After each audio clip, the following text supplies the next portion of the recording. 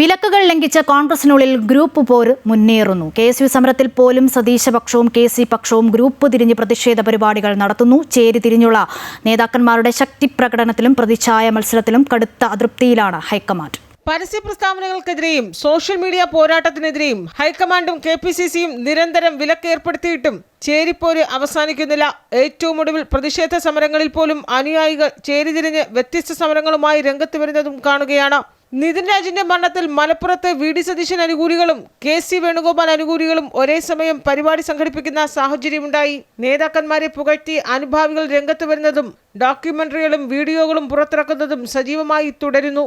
കഴിഞ്ഞ ദിവസം രമേശ് ചെന്നിത്തലയുടെ രാഷ്ട്രീയ ജീവിതത്തെക്കുറിച്ചുള്ള പരസ്യം ഇംഗ്ലീഷ് ദിനപത്രത്തിൽ വന്നതും വലിയ ചർച്ചയായി. എന്നാൽ മുഖ്യമന്ത്രിയെ ഹൈക്കമാൻഡ് തീരുമാനിക്കുമെന്ന് ആവർത്തിച്ച് കെ.പി.സി.സി അധ്യക്ഷൻ സണ്ണി ജോസഫ് രംഗത്ത് വന്നു. കോൺഗ്രസിൽ ആരെന്ന് തീരുമാനിക്കാനുള്ള ശരിയായ നടപടിക്രമങ്ങളുണ്ട്. അത് പാലിച്ച് തെരഞ്ഞെടുപ്പ് റിസൾട്ടിന് ശേഷം അഖിലേന്ത്യാ കോൺഗ്രസ് കമ്മിറ്റിയുടെ നേതൃത്വത്തിൽ ആ തീരുമാനം ജനങ്ങളെ അറിയിക്കും. ആ തീരുമാനം മുഴുവൻ കോൺഗ്രസുകാരും അംഗീകരിക്കും, ജനങ്ങളും അംഗീകരിക്കും. എം.എൽ.എമാരിൽ നിന്ന് മുഖ്യമന്ത്രിയെ തെരഞ്ഞെടുക്കുന്നതാണ് പാർട്ടിയുടെ സാധാരണ രീതിയെന്ന് വി.എം. സുധീരൻ പ്രതികരിച്ചു.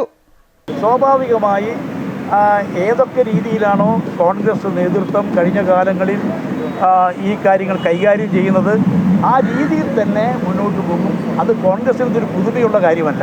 മുഖ്യമന്ത്രിയുടെ കാര്യത്തിൽ ജനാഭിലാഷം മനസ്സിലാക്കി നേതൃത്വം തീരുമാനമെടുക്കുമെന്ന് മുൻമന്ത്രി കെ ബാബു പറഞ്ഞു. അതുകൊണ്ട് കോൺഗ്രസിൻ്റെ നേതൃത്വം ജനാഭിലാഷങ്ങൾ മനസ്സിലാക്കി ഒരു മുഖ്യമന്ത്രിയെ തീരുമാനിക്കുമെന്നാണ് എൻ്റെ വിശ്വാസം. എന്നാൽ നേതാക്കന്മാരുടെ തമ്മിൽ തല്ലിനെ പരിഹസിച്ചാണ് കെ മുരളീധരൻ രംഗത്ത് വന്നത്. ഒരു ഒഴിവുകാലത്തെ കുറച്ച് ജനങ്ങൾക്കൊരു എന്താ പറയേണ്ട ഒരു മൂഡ് ഔട്ട് ആവാൻ പാടില്ലല്ലോ.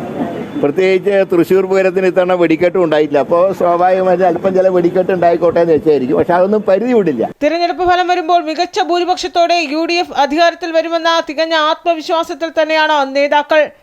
അമൃത ന്യൂസ്, തിരുവനന്തപുരം.